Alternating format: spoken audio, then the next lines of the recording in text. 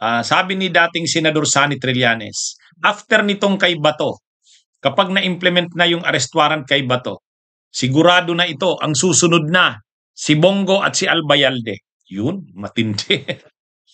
Matindi ito. Talagang sunod-sunod, ano?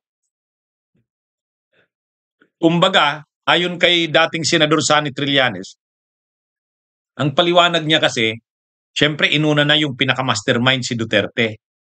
Maraming mga involved na middle level. Yung kumbaga yung mga nasa gitna. Tulad nila Leonardo, nila Mata, nila Karamat. Pero, after ni Duterte, ang sumunod na dyan na talagang malaki ang mga naging involvements o pagkakasangkot ay siyempre si Bato. After ni Bato, si Albayalde na. Bakit si Albayalde? Kasi si Albayalde ang nagpatuloy ng war on drugs. Siya ang pumalit kay Bato eh. Kasi si Bato, nung magretero, linagay na sa Bucor, Bureau of Corrections.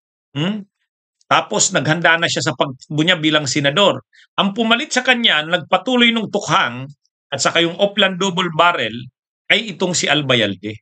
At sa ilalim ni Albayalde, hindi rin humupa, hindi lumubay ang yung drug war ni Duterte. Marami pa ring napatay sa panahon ni Duterte. Kung ano ang ginawa ni Bato, pinagpatuloy ni Albayalde. Kaya si Albayalde, sigurado na, ayon kay dating Senador Sani Trillanes, sigurado na yan si Albayalde. Yung iba kasi, sila Leonardo, Karamat, Mata, ng mga middle level na mga ano yun eh. Mauuna ito. Mauuna ito. Ito talaga yung lilitisin. Kumbaga ang lilitisin ng ICC, si Duterte, si Bongo, ay si Bato, si Bongo, si Albayalde. Diyan masisentro yan ayon kay dating Senador Sani Trillanes. Sinasabi yan ni dating Senador Sani Trillanes, may mga nakakausap siyang galing sa ICC. Ito yung nagbibigay sa kanya ng ganong mga impormasyon. Bakit naman si Bongo? Si Bongo kasi, ang ginawa kasi ni Duterte, para maipatupad yung war on drugs sa national scale, ang ginamit ay ang PNP. O di syempre, sa loob ng PNP, yung mga sinagawang mga drug war operations ng PNP, pinalabas na ng laban yung mga napatay, mga 6,000 ang napatay doon. PNP yon, yan yung Oplan Tukhang saka Oplan Double Barrel. Pero may binuo pang special na grupo si Duterte. Yung katulad ng Davao Death Squads, parang special group siya na kung may gustong ipa-operate si Duterte, yun ang gumagawa. Yan na yung grupo nila Garma at sa kanila Leonardo. Yung mga magkakabat sa halo sa PNP, PNPA, sila Garma yan at sila Leonardo.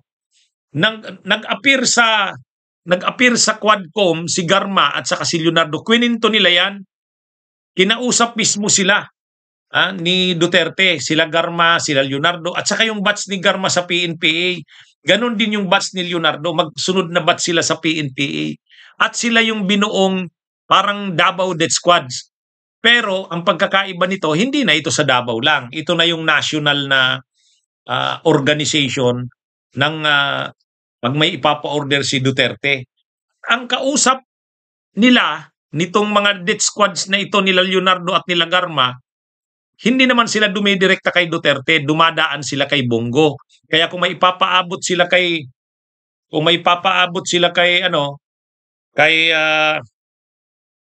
Bongo ay kay Duterte, kay Bongo nila dinadaan.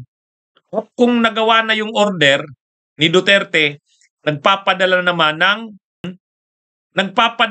ng reward si Bongo. Si Bongo ang nagpapadala ng reward kapag nagagawa na yung pinapatrabaho ni Duterte. At ang ano diyan, may pinapadalhan si Bongo na tao ayon kay Garma. Kaya si Garma ang magtitistigo para laban kila Bongo. Kaya itong mga ito, si Duterte, si Bato, si Albayalde at si Bongo, ito yung mauuna ayon kay Trillanes. Kaya tingnan niyo mga kabunyog yung title ng caption ng bilyonaryo. Sabi ni Trillanes, susunod na target ng ICC sina Bongo at Albayalde. Ayan. Ngayon, kailan kaya yan? Sabi ni Trillanes, mga unang buwan yan ng mga unang buwan ng 2026. Mauuna muna itong si Bato. Mauuna itong si Bato. Pagkatapos ni Bato, ito na, sila Bongo na at sila Albayalde. Kaya mga kabunyog, mga kababayan, dalawang senador pala ang mawawala sa Senado dahil makukulong sila sa ICC. Si Bongo at saka si Bato. Si Albayalde, parang sabi nung kaibigan ko na taga Angeles, wala na. Si Albayalde kasi, Oscar Albayalde, taga Angeles yan. Tumakbong mayor nitong eleksyon na ito ng 2025, hindi nga lang nanalo.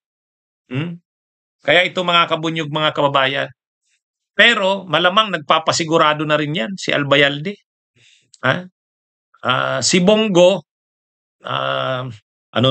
kinakabahan na rin sigurado ito si Bongo. Lalo pa, nandun kasi si Garma eh. Kung wala kasi si Garma, walang testigo laban kay Bongo. Walang testigo laban kay Bongo. Ang testigo kay Bongo ay si Garma.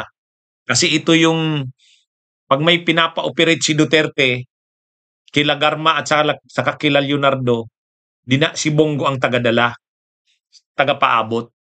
At kapag may ipapaabot naman sila Garma at sila Leonardo, pinapaabot naman nila kay Bongo, saka pinapaabot kay Duterte. At kung may reward ng ibibigay, si Bongo ang tagapagpadala sa kanila. Kaya mga kabunyog, mga kababayan, yan yung dito. Kaya sabi ni Trillanes, yan na. Yan na yung susunod. Bato, Bongo at Albayalde. Yung iba, yung middle level na mga pwede yan, pero uunahin muna ng ICC itong mga nangungunang ito. Kaya itong interviewing ito kay Trillanes, itong sinabi niyang ito, sigurado, nakarating na rin ito kay Bongo. Mukhang susunod na magtatago si Bongo na. Si Albayalde hindi na rin nagpapakita eh. Hindi na nagpapakita si Albayalde. Kaya malamang sunod na nito, mamumonitor natin, hindi na rin magpapakita si Bongo sa Senado. Sa susunod. Actually, nung nakaraang linggo nga, nag-picture taking yung minorya. Yung minorya ng Senado, siyam sila, di ba? Pero sa picture taking nila, dalawa na ang wala. Si Bongo at si Bato. Ngayon, malinaw, si Bongo si Bato talaga nagtatago na. Pero si Bongo, hindi pa natin alam. Kaya lang wala siya nung picture taking ng minorya. Hindi natin alam kung may linakad lang. Pero nitong susunod na mga araw, pag hindi pa natin nakikita si Bongo, wala na. Ibig sabihin yan, pareho nagtatago yung dalawa. Mga kabunyog, mga kababayan. Si Albayalde, sabi nung kaibigan ko na kilala si Albayalde, wala na rin. Parang nagtago na rin. Nasa ibang bansa na yata eh. Sabi nung kabunyog na kabats ni Albayalde nung high school. Wala na raw si Albayalde. Anyway, kung nasaan man yan si Albayalde, pag lumabas ang arrest warrant niyan, aarestuhin din yan. I-report yan sa Interpol. Bunyog, bunyog, halikan na kasama ka. Bunyog, kapag buklod ay may pag-asa. Luzon, Visayas, Mindanao, isa ang pananaw. Sa bagong Pilipinas ang bunyog isisigaw.